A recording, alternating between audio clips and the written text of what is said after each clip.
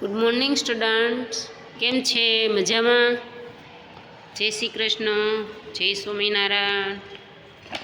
ચાલો આજે આપણે જોઈશું હિન્દી વિષયમાં પાઠ 8મો, મુસ્કાન કે મોતી. મુસ્કાન એટલે કે હસના,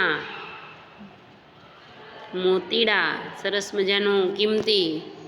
તો મુસ્કાન છે બહુ જ કિંમતી છે અને મુસ્કાન ઈશ્વરને પ્રિય છે. પ્રસન્નતા એ ઈશ્વરને બહુ ગમે. ઈશ્વરે જ્યારે આ સૃષ્ટિ બનાવી ત્યારે સારામાં સારી શ્રેષ્ઠ ચીજ કોઈ જે બનાવી હોય તો એ મનુષ્ય છે. અને હાસ્ય પણ મનુષ્યને જ હોય છે, પણ તોબડા આમ મોઢા ઓલા રાખીને ફરે એ માણસ ઈશ્વરને ન ગમે. તો મુસ્કાન હોવી જોઈએ અને જીવનમાં કંઈક એવું બને તો જ આપણને આનંદ આવે. આ જિંદગીમાં એટલા બધા વ્યસ્ત થઈ ગયા છીએ કે માણસને મુશ્કેલ થઈ ગયું છે, હસવું પણ મુશ્કેલ બની ગયું છે. તો આવા કેટલાક ટૂચકાઓ, કેટલીક કહાનીઓ, કેટલાક પહેલીઓ એના દ્વારા આપણને આનંદ આવે છે. તો આપણે આ પાઠ 8માં જોઈશું મુસ્કાન કે મોતી.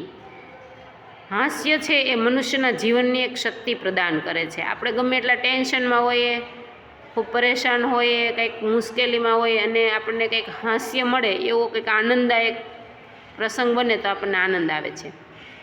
ઉસે દીર્ઘાયુ બનાતા હૈ. એટલે જીવનમાં હસવું છે ને એ ખૂબ સારી વાત છે અને એ આપણું જીવન દીર્ઘાયુ બનાવે છે. આપણે ઝાઝું આયુષ્ય લાંબુ મળે છે.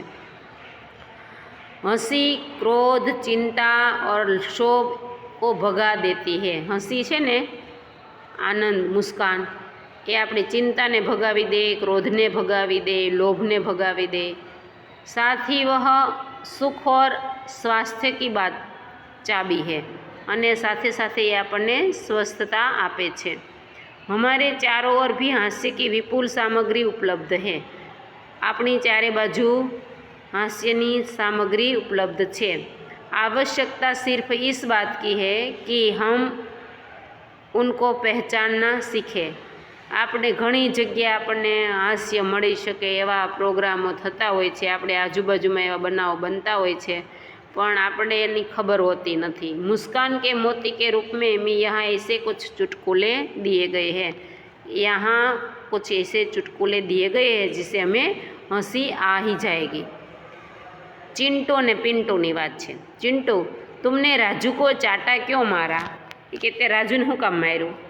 पिंटू, 15 दिन पहले उसने मुझे हिपोपोटेमस कहा था.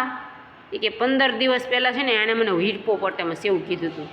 तो चिंटू, तो फिर 15 दिन के बाद आज ही क्यों चाटा मारा? कि 15 દિવસ પહેલાં તને એને हिपोपोटेमस કીધું ત્યારે તે ન માર્યો ને આજે કેમ માર્યું? पिंटू, मैंने कल ही सर्कस में हिपोपोटेमस देखा यार. એ કે મને ખબર નહોતી કે हिपोपोटेमस એટલે હું કાલે મેં સર્કસમાં જોયો તો ખબર પડી કાને हिपोपोटेमस એટલે મેં એને માર્યો. पति, अब मैं भुलक्कड़ नहीं रहूँगा, मुझे सब याद रहेगा. पत्नी, वह कैसे? એ કે હું હવે નહીં ભૂલું હો, મને ભૂલવાનું બધું એ કે મારે અમે એમ થઈ જવું છે એકદમ પરફેક્ટ, ભૂલવું જ ન જોઈએ કાંઈ. એની પત્ની કહે તો કેવી રીતે બને? पति, देख मैं एक नई किताब खरीद लाया हूँ जिसका नाम है याद रखने के 1000 तरीके. એ હું આ ચોપડી લઈ આવ્યો છે ને એમાં યાદ રાખવા માટેના કેટલાક તરીકાઓ છે. पत्नी, हाय राम, यह किताब तो आप 10वीं बार ले आए हैं. એ કે પણ આ ચોપડી તો તમે 10મી વખત લઈ આવ્યા છો, તો એને કંઈ વાંચ્યું તો નથી ને એમાં કંઈ તો યાદ તો નથી રહ્યું. ભિખારી, 1 रुपया दे दो साहब. भरत, कल आना. भिखारी, कल आने के चक्कर में इस मोहल्ले में मेरे लाख रुपये फंसे हैं. બધા એમ કહે ને કાલ આવજે. ભિખારીને આપણે કહીએ ને કાલ આવજે એટલે કે એવું તો કંઈ કે મારા લાખો રૂપિયામાંથી ગયા આવી ગયા. शिक्षक, रमेश, 50 में से कितने कम करने से 5 बचेंगे? रमेश, गुरुजी 0 निकाल दीजिए. आवा प्रश्न हो જોઈએ ને.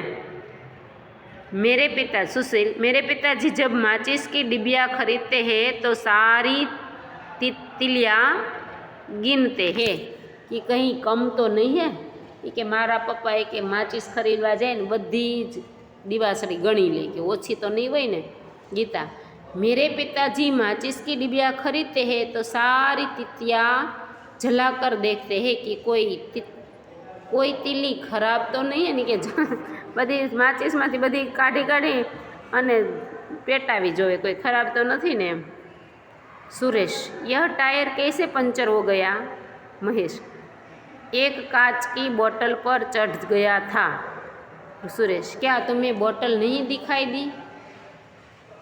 क्या बताओ यार, वह तो उस आदमी की जेब में थी जो मेरी कार से नीचे आ गया था। जो के आ टायर केम फाटी गયું કે પંચર પડી ગયું કે કાચની બોટલની ઉપર એનું ટાયર આવી ગયું ને એટલે કે તો તને ખબર નહોતી કે આ રસ્તામાં એક બોટલ છે કે પડી છે, તને દેખાણી નહીં? એક પણ શું કરવું કે જે મારે ટાયર હેઠે માણસ આવી ગયો ને એને ખીચામાં હતી એટલે માણસ ટાયર નીચે આવી ગયો તો એટલે એમાંથી जो डॉक्टर साहब, मेरे सिर में दर्द है पर पता नहीं चल रहा कि किस सिर में दर्द है, आपकी कुछ इलाज कीजिए। रावण एम गयो तो रावण ने तो 10 माथा था ने એટલે એ એમ કહેતો હતો। हाथी पर शीर्षासन करते मनुष्य को आपने इस चित्र में देखा, अब हाथी की बारी आई। हाथी मनुष्य के सिर पर शीर्षासन करना चाहता है, आप ही हाथी की इच्छा पूर्ण कीजिए और बताए ऐसा ही एक चित्र जरूर लगे तो तुम भी चित्रों को उल्टा कर आप देख सकते हो। તમે પણ આવી રીતે ચિત્રને ઉલટું કરીને શીર્ષાસન બનાવી શકો છો। તો આ થયું હસી। कहोगे फिर भी हंसोगे, निम्नलिखित प्रश्नों के उत्तर। क्या तुम्हारे घरवाले जानते हैं कि तुम मूर्ख हो? क्या तुम अकेले ही पागल हो? मेरे दिए गए 500 रुपये खर्च कर दिए। कसोगे फिर हंसोगे, આપણે મગજામાં કસવાનું હોય પછી એમાંથી હસવું આવે, ઘણાને કંઈ ખબર જ ન પડે, આખું વાત પૂરી થઈ જાય તોય। मालिक, तू बहुत बड़ा गद्दा है। नौकर, ऐसा कहकर मुझे शर्मिंदा न करे मालिक, बड़े तो आप ही है। हम जानू। पतली गली में 2 आदमी आमने सामने आ गए। पहला आदमी, हटो बीच में से, मैं किसी गधे को रास्ता नहीं देता। दूसरा आदमी, रास्ते से हटते हुए, पर मैं तो देता हूँ गधे को एम रास्ता। न्यायालय में 2 वकील। पहला वकील, तुम गद्दा है। दूसरा वकील, तू तो बड़ा गद्दा है। पहला वकील, तू बहुत बड़ा गद्दा है। न्यायाधीश, ऑर्डर ऑर्डर, आपको ध्यान रखना चाहिए कि मैं भी एक गद्दा हूँ एम कहवानो मतलब। लड़का, मैं आपकी बेटी से शादी करना चाहता हूँ। लड़की के पिता, मैं नहीं चाहता कि मेरी बेटी किसी गधे के साथ रहे। लड़का, जी मैं भी यही चाहता हूँ, इसलिए कि ये नहीं कि ये नयन पिता ने गधा कीधा। योगेश, इस गधे को लेकर यहाँ से कहाँ जा रहा है? रमेश, देखता नहीं मेरे साथ गधा नहीं कुत्ता है। योगेश, यार तो चुप कर, मैं कुत्ते से ही कह रहा हूँ। देखो तुम्हारे रिश्तेदार आ रहे हैं। पति पत्नी, जी हाँ रिश्तेदार तो है ही, पर हुई तो आपसे शादी ने, એટલે તમારા સાથે લગ્ન થયા એટલે એ કે એના રિશ્તેદાર છે। તો અહીંયા આપણે જોયું સરસ મજાનું યોગ્ય વિસ્તાર। હવે આ કાંઈ કરવાની જરૂર નથી, પ્રશ્નના જવાબ તમારે આમાં નહીં આવે, પણ આ પ્રવૃત્તિ ખાલી એવી કહાનીઓ તમારે વિચારીને કોઈ પણ કહાનીઓ લખી શકાય।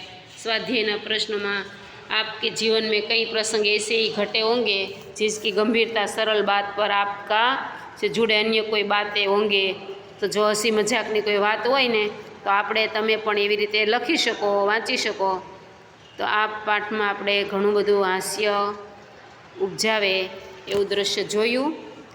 त्यार पछीनो पाठ आपणे जोईशुं काले, समयनी सारणी, समय की सारणी।